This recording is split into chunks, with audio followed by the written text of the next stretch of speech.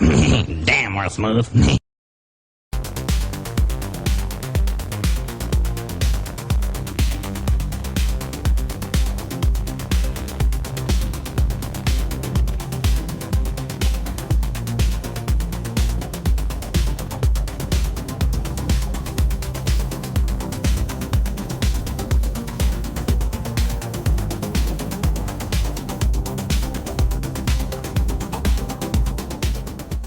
Why are they making these clamshell knives that look like integrals? Because they want to make a knife that has no exposed hardware. Everything is hidden underneath.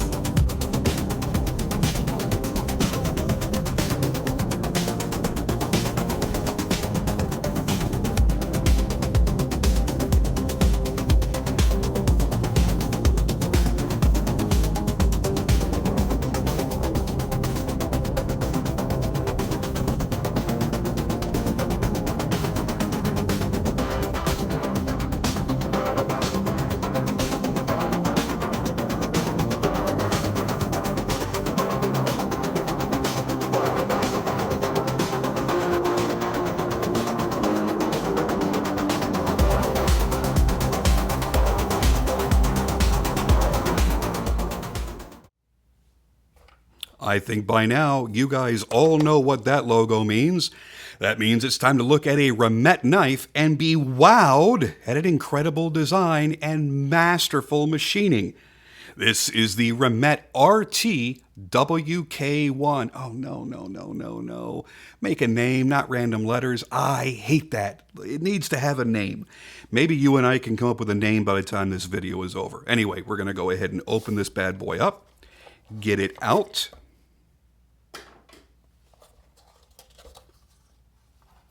Inside of the box is going to be your zippered case. And inside of that zippered case will be a microfiber cloth and your exciting new knife.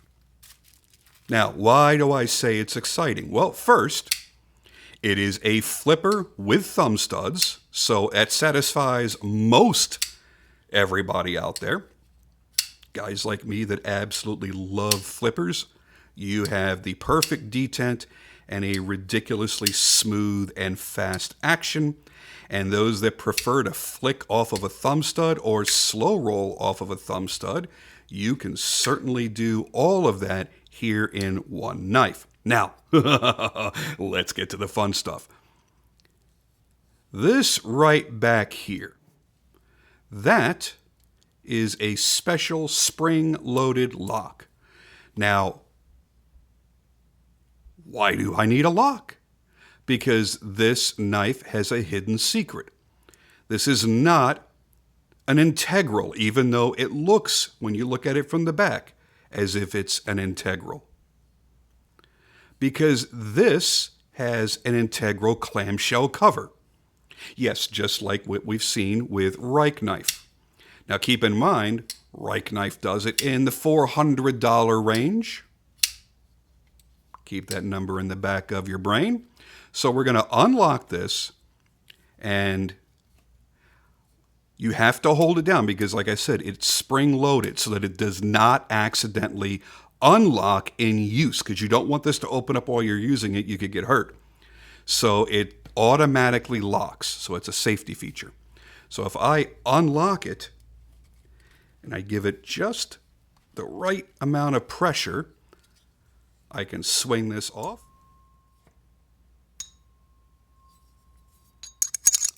I want you to hear that. Are you ready? Just like a tuning fork. I dig that. Now I have the clamshell off, and you see that it has a standard construction underneath. I have to be careful because while this is a fully usable knife right now, even while it's unassembled, that edge is exposed, and I can very easily cut myself, so I don't want to do that. So you can disassemble the knife, do whatever cleaning you feel that you need to do. I'm not a person that really believes in all that. You don't really ever need to fully disassemble a knife. But now all I've got to do is line all this back up. Oops,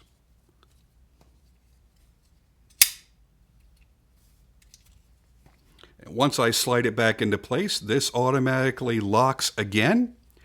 Now it will not come apart until I unlock it and go to do that again. Now I'm going to wipe my fingerprints off of this, and I want to show you something real neat. As a matter of fact, while I'm wiping it down, I'm going to drop a couple of pictures in here that you saw in the intro that I took to show you how seamless this design is.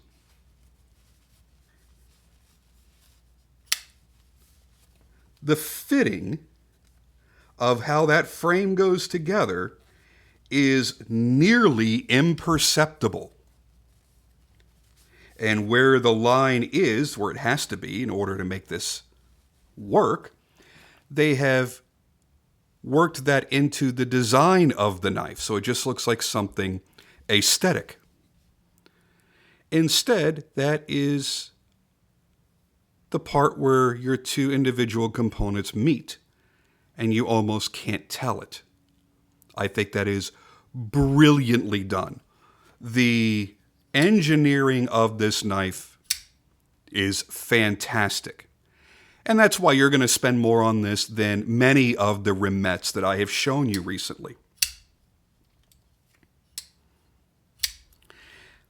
Is it gimmicky? Perhaps. Maybe you think so, and that's totally fine. Are you ever going to need to fully disassemble it to do anything? Probably not. But you will need to take this cover off if you ever want to adjust the tension on the pivot, let's say. Because one of the things that I love is that you have a knife here that has a no hardware look. And that's why they're doing this. Why are they making these clamshell knives that look like integral? Because they want to make a knife that has no exposed hardware. Everything is hidden underneath. So what you have is a clean, uninterrupted flow. You have a blind screwed pocket clip. Nobody can see that. You can't see your pivot hardware. You can't see the backspacer hardware. Nothing. It's completely hidden away. And that is the genius of this knife. And I'm going to tell you right now, I'm a huge fan of that look. I really am. I'm also a big fan of the fact that you've got a true DLC coating on this blade, not a black oxide, but a nice DLC coating. It's got a little hint of bronze in there as well. So what they've done is they have used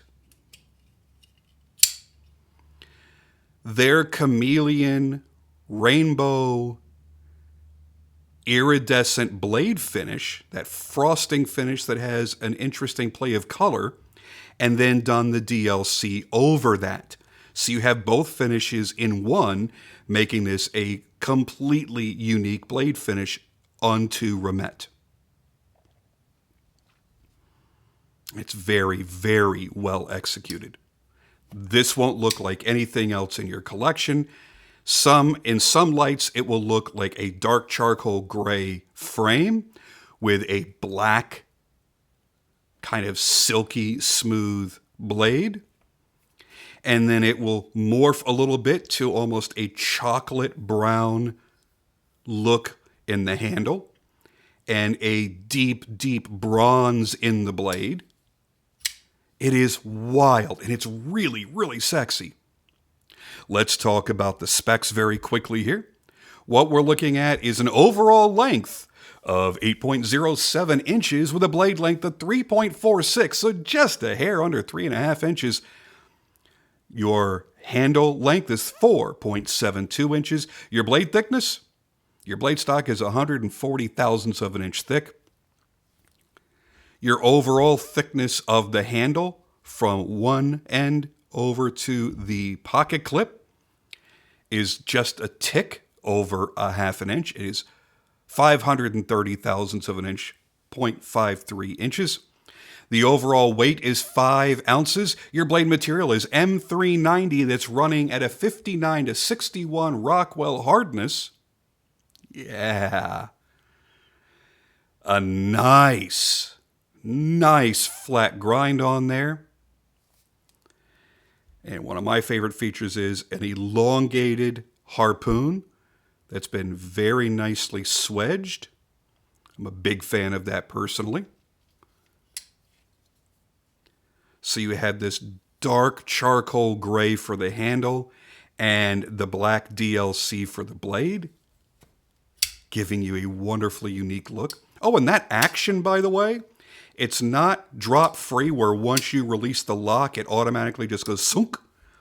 It has a slower, controlled drop, very hydraulic feeling, very Rockstead feeling. And that is all on ceramic bearings.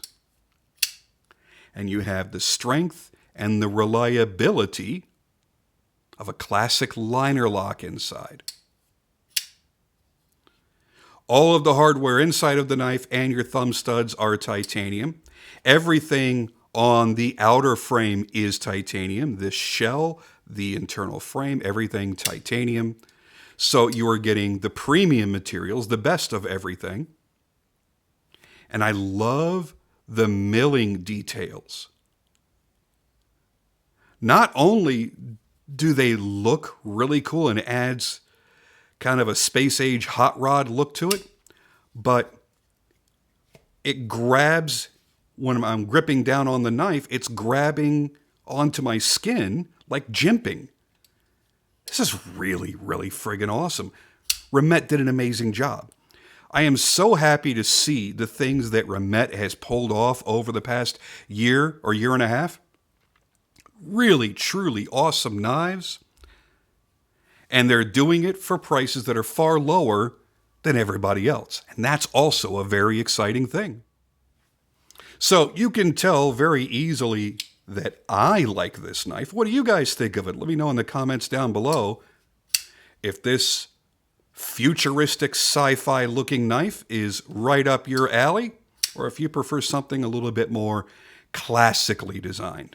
Me, I like both. I like some classic design knives, but I really love future sci-fi looking knives like this, like GTC knives, a lot of what Vosteed is doing.